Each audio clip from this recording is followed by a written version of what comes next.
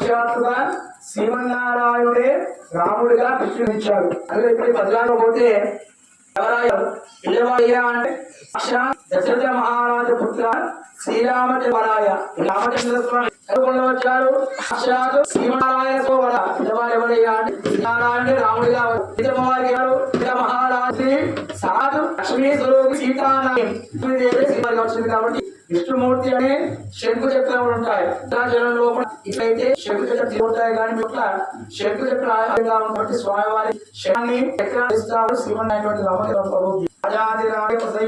నమో వయం వజమన కూర్మయే కామాన్ కామాయమయ్యం కామేశ్వరో శ్రవణదాతు కుబేరాయ వైసనాయ నారాయణ నమః అనగా పుట్టుకో సత్తులు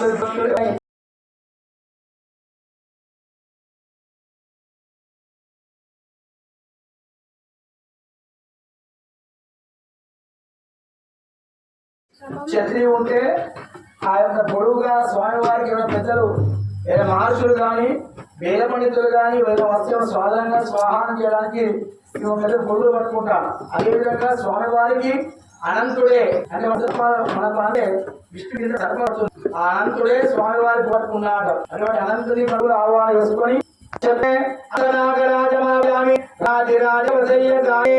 నమోయం వైవనాయ కూర్మయే సమే కామాన్ కామకాయమయ్యం ఈశ్వర శవనోదయో కుబేరాయ వైశ్యాయ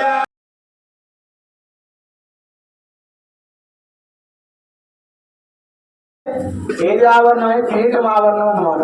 కిరీటం అంటే ఏంటారు శాస్త్రంలో జరిగిందయ్యా అంటే ఏదైనా కానీ డబ్బు బంగారం కానీ ఎక్కడ మనిషికి వ్యోమం ఇక్కడ రాకుండా మాట రాకుండా ఆత్మకు తలపైన పెట్టుకోవడం అనుకోండి బాగానే ఉంటుంది. తల్లిపోతేనా బంగారం పోయినా తలపైన బంగారం పెడితే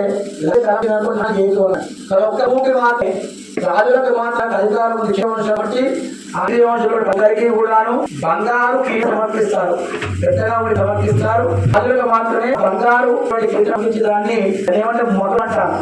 మొదలాన్ని రామచంద్రస్వామి చెట్టు ధర్మ వినియోగంగా ఆ బంగారాన్ని కూడా సమర్పించిన ఓ రాజాదిరాజాయ నమో వయం వైశ్రవణాయ సమేధాం కామకామాయ